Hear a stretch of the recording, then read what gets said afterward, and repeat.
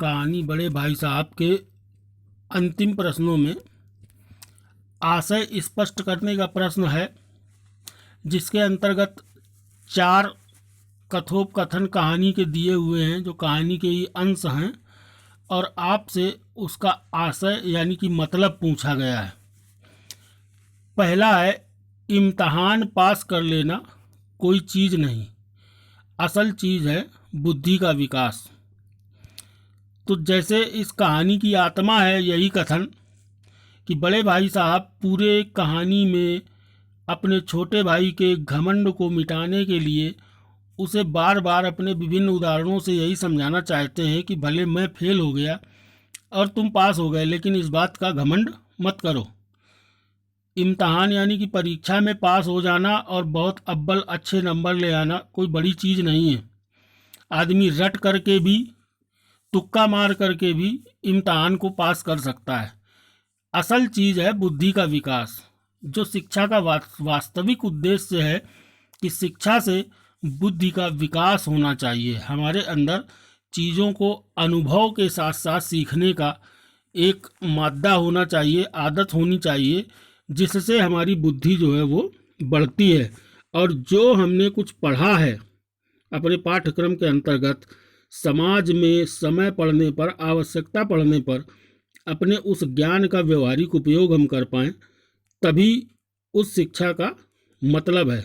केवल शिक्षा अगर परीक्षा पास करने के लिए है तो वो शिक्षा औचित्यपूर्ण नहीं है। ये आशय है इस कथन का।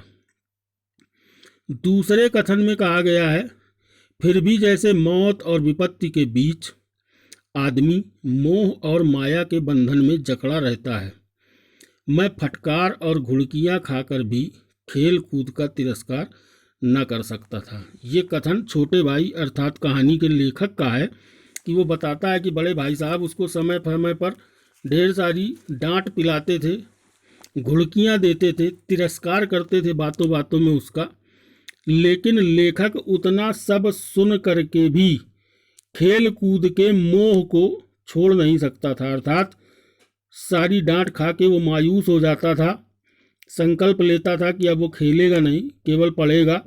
लेकिन जब खेल कूद का समय आता था तो वो खेल कूद का मोह नहीं छोड़ पाता था और खेलने चला जाता था। पहले भाग में एक आ गया, जैसे मौत और विपत्ति के बीच भी आदमी मोह और माया के बंधन में जकड़ा रहता है। तात्पर्य क्या है इसका आशय कि जब विपत्ति आती है, संकट आता है, उदाहरण के लिए चलिए हम ले लेते हैं कि बाढ़ आ गई, गरीब किसान का कच्चा घर नदी किनारे बना हुआ है और बाढ़ में डूबने वाला है। आदमी को ये अच्छी तरह से मालूम है कि इस समय अगर वो अपनी सामान को बचाने के चक्कर में पड़ा, सामान को लादने के चक्कर में पड़ा, तो सामान सहित वो भी डूबेगा पानी में और मर जाएगा।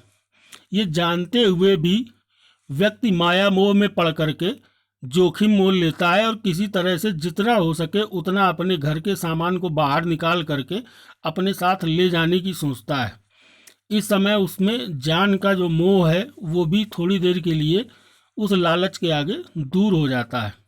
इसीलिए कहा गया कि मौत और विपत्ति के समय भी आदमी मोह और माया में जकड़ा रहता है। ये मोह माया ही है कि जान की परवाह ना करके व्यक्ति सोचता है कि अगर आगे जीवन जीना है तो ये चीज़ें ज़रूरी हैं जो हमने जोड़ के रखी हैं घर में, उनको भी बचा लें। इसी तरह से व्यक्ति समस्या में जब उसकी मृत्यु आने वाली होती है तो भी उसको अपने मोक्ष की चिंता नहीं होती, उसको चिंता अपने बाल बच्चों की, घर परिवार की, अपनी जोड़ी हुई संपत्ति की होती है कि मेरे जाने के बाद इनको कौन संभालेगा, कोई इनकी केयर करेगा कि नहीं, इनको बढ़ाएगा कि नहीं, इनकी इज्जत करेगा कि नहीं, या बर्बाद कर देगा। वो ये नहीं सोचता कि उसकी मृत्यु के बाद उसके लिए तो ये सब चीज़ें बेकार हैं, चाहे कोई इनको बढ़ाए और चाहे 2 दिन में बर्बाद कर दे, इसका उनसे कोई लेना देना मृत्यु के बाद नहीं रहेगा। इसी प्रकार लेखक भी मोह माया में जकड़ा रहता था, संकल्प करने के बाद भी, अर्थात ये ज्ञान होने के बाद भी कि पढ़ाई ज़्यादा ज़रूरी है खेल कूद से, लेकिन खेल कूद का समय आता था तो वो खेलने निकल ही पड़ता था मजबूरन, वो अपने आप को रोक नहीं पाता था। अगला है तीसरे नंबर का इसमें आशय का प्रश्न, बुनियाद ही पुख्ता ना हो तो मकान कैसे पायेदार बने। ये बड़े भाई साहब कहते हैं, जब शिक्षा का महत्व समझाते हैं बुनियाद कहते हैं नींव को। जब मकान बनना शुरू होता है तो सबसे पहले ज़मीन में गड्ढा खोद करके नींव भरी जाती है। छोटी सी दीवार जो ज़मीन के अंदर होती है और सामान्य दीवारों से 2 गुना 3 गुना मोटी होती है, बड़ी होती है, उसमें मजबूत पत्थर डाले जाते हैं ताकि उसी के ऊपर 2 मंजिल या 3 मंजिल के भवन का पूरा भार खड़ा होगा। आजकल पिलर का सिस्टम हो गया है, गड्ढे खोद करके पिलर बनाए जाते हैं। पिलर के ढांचे पर ही दीवारें चुनकर मकान खड़ा किया जाता है। तो 2 तरीके हैं। तो यहाँ नींव की बात की जा रही है। तो बुनियाद माने नींव, नींव माने बुनियाद।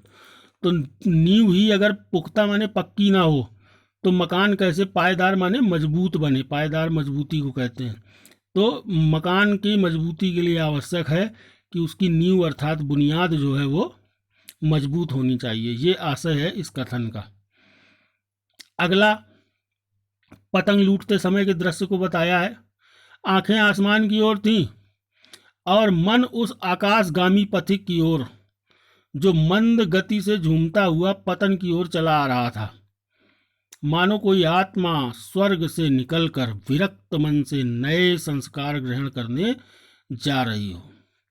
आसमान से गिरती हुई पतंग को कवि ने मानवीकरण करके एक आत्मा के रूप में बताया है कि ऐसा लग रहा है कि वो पतंग आसमान से अनमने ढंग से गिरना क्यों? क्योंकि जब पतंग कट जाती है तो वो लहरा लहरा करके, बल खा खा करके बड़े धीमी धीमी गति से ज़मीन की ओर गिरती है, क्योंकि उसमें गुरुत्वाकर्षण ज़्यादा होता नहीं है, भार होता नहीं है, सबसे हल्का कागज़ होता है बांस की कमानी में लटका हुआ। तो हवा को काटती काटती धीरे धीरे वो ज़मीन की ओर गिरती है। ऐसा लगता है कि जैसे कोई आत्मा स्वर्ग से ज़बरदस्ती भगा दी गई हो ज़मीन में जन्म लेने के लिए, और वो आत्मा बड़ी धीमी धीमी गति से अनमने ढंग से, बेमन ढंग से स्वर्ग से निकल करके नए संस्कार और नया शरीर ग्रहण करने के लिए पृथ्वी पर आ रही हो। तो यहाँ पतंग की तुलना स्वर्ग से निष्कासित आत्मा से की गई है, जो बड़े अनमने ढंग से धरती की तरफ चली आ रही है या गिर रही है। तो ये आशय इन चारों प्रश्नों का हुआ, जिसको आपको अपनी